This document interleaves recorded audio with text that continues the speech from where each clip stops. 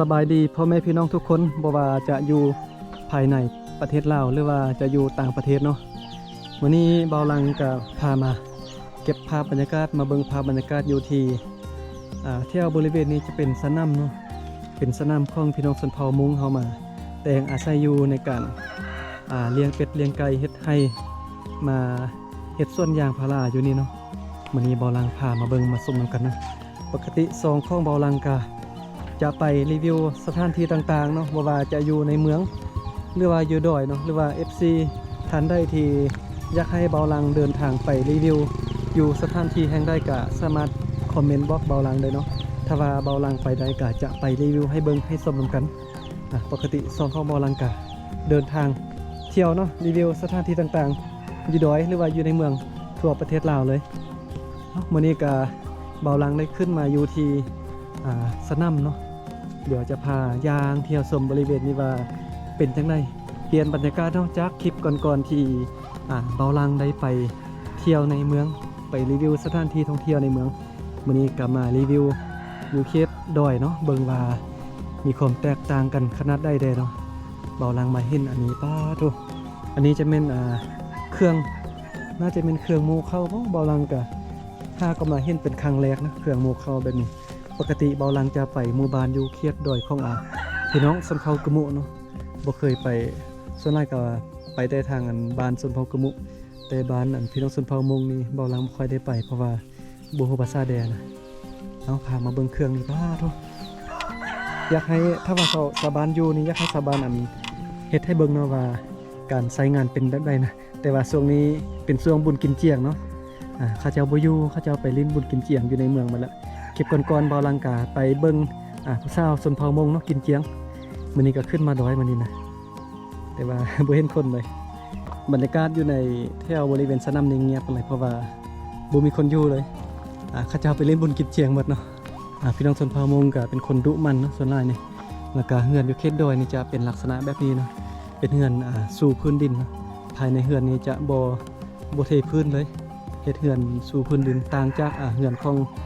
ชนเผ่ากะมุเนาะเฮือนชนเผ่ากะมุจะแต่งเฮือนเป็นลักเสายกสูงขึ้นลักษณะการแต่งเฮือนก็จะแตกต่างกันไปตามความมักเนาะตอนนี้เบาลังขี่รถขึ้นมาทางจอมดอยยังมีเฮือนคนอีกหลายหลังเนาะมาตั้งมาดำรงชีวิตอยู่แถวนี้ป้าทุกขึ้นมาทางจอมภูไปเลยเฮือนเขาเจ้านี่ตั้งแต่ตีนภูจนขึ้นมาฮอดจอมภูเลยเนาะเบิ่งเขาเจ้ามาเลี้ยงสัตว์อยู่นี่หลายเนาะเลี้ยงเป็ดไก่งัวควายเลี้ยงหมูหลายขนาดเลยเป็นสนามเนาะเป็นสนามเลี้ยงสัตว์ของพี่น้องชนเผ่ามงเฮาเนาะเมื่อกี้ก็ได้ไปรีวิวสนามไปรีวิวสถานที่เลี้ยงสัตว์เฮ็ดให้เฮ็ดสวนของพี่น้องชนเผ่ามงเนาะตอนนี้ขี่รถขึ้นมาประมาณ1กิโลก็จะมีหมู่บ้านอยู่ทางด้านถึงนี่เนาะเบาลังมาแวะเบิ่งนิดนึงเป็นครั้งแรกที่ได้มาหมู่บ้านแห่งนี้อยู่ทางเมืองแบงเนาะส่วนนายเบาลังยังบ่ทันมารีวิวแถวหมู่บ้านเขตดอยทางเมืองแบงบ่ได้มาเนาะไปแต่ทางเมืองหุนอันนี้ก็เป็นครั้งแรกที่ได้มาโอ้ยอจง ยอจงสบายดีอันนี้มันคาหมู่หรือว่าคาอย่างนี้อ๋อเป็นบรรยากาศตอน2 โมงแล้วตอนนี้ช่วงนี้บ่ไปเล่นกินเจียงว่าช่วงนี้นะบ่ไปเนาะยอจงสบายดีไปใส่เนี่ยโบไปกินเจียงวะอ๋อไปใส่เนี่ย อ๋อไปแล้ว เห็น3 โมงเนาะแต่ว่าข้าเจ้าน่าจะบ่ค่อยฮู้ภาษาชนเผ่าลาวลุมปานใดตอนนี้เบาลังขี่รถออกมาจากหมู่บ้านของชนเผ่ามงเนาะมากาไกลสมควรได้ประมาณ5 กิโลหรือว่า6 กิโลแล้วก็มาเห็นหมู่บ้านแห่งนี้เนาะซึ่งว่าหมู่บ้านแห่งนี้ก็ชื่อบ้านภูลุงอยู่จอมดอยพี่ส่วนหลายจะมีชนเผ่ากะมุที่ว่าอาศัยอยู่เนาะเดี๋ยวเบาลังจะไปรีวิวให้เบิ่งว่าเป็นจังไดเพราะว่าหมู่บ้านนี้ก็ครั้งแรกที่ได้มาคือกันเนาะเส้นทางเส้นนี้นะบ่ฮู้เทื่อว่าจะเป็นจังไดเดี๋ยวไปเที่ยวไปชมน้ำกันเนาะอยู่นี่จะมีโรงเรียนเนาะโรงเรียนสันปฐมบาลภูลุงโรงเรียนก็จะเป็นลักษณะแบบนั้นเนาะเป็นโรงเรียนน้อยๆเพราะว่าเป็นโรงเรียนสันปฐมนะส่วนหมู่บ้านเขาเจ้าก็จะอยู่ทางด้านนั้นโอ้งามเลยบรรยากาศอยู่บ้านนี้ เราเข้าไล่แท้ไล่บ่ข้าเจ้าน่าจะเฮ็ดให้เข้าไล่เฮ็ดให้เข้าไล่บ่อยู่บ้านน่ะไล่เนาะว้าเบิ่งนะเอื้อยละว่าอยู่นี่เฮ็ดให้เข้าไล่นะเพราะว่าสังเกตเบิ่งเราเข้านี่ไล่เป็นพิเศษเลยเบิ่งนะเราเข้า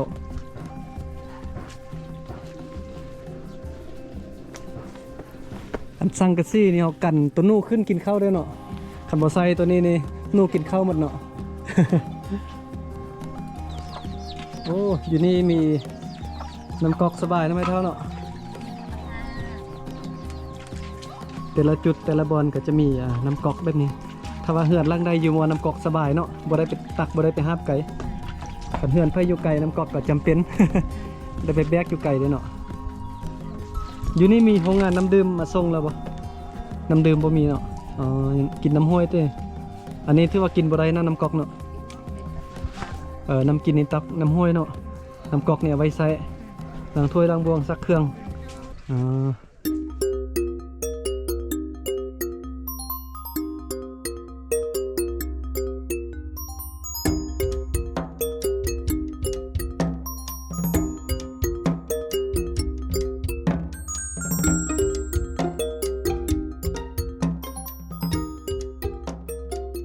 อันนี้จะเป็น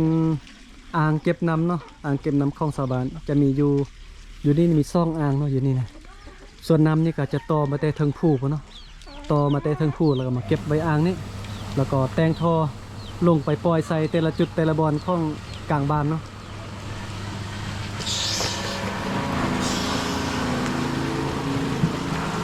วันนี้พระเท่าก็มาตักน้ำ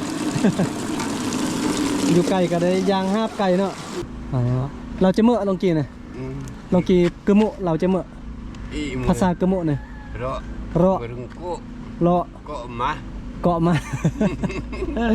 อันนี้ภาษาสนเผาลาวลุ่มของนี้จะว่าแอบเข้าเนาะแต่ว่าภาษากระมุนี่เราจะเมื่อเราจังได้เริบ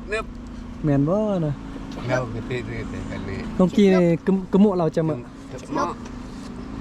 เห็นงงเลยเอ้าพี่น้องท่านได้ที่ฮู้ว่าภาษากระมุเว้าจังไดเนาะภาษาเราลมว่าแอบเข้ากระติบเข้าเนาะภาษากระมุว่าจังไดบัดนี้คอมเมนต์บอกกันเด้อลูกไม่เท่าไปใส่ไปไทยเนาะไปไทยแล้วอ๋อมันลูกไม่เท่าไปเฮียนอยู่ไทยเนาะไปเฮียนหรือว่าเพชรเวียกไปเวียกไปเฮียนไปย่าง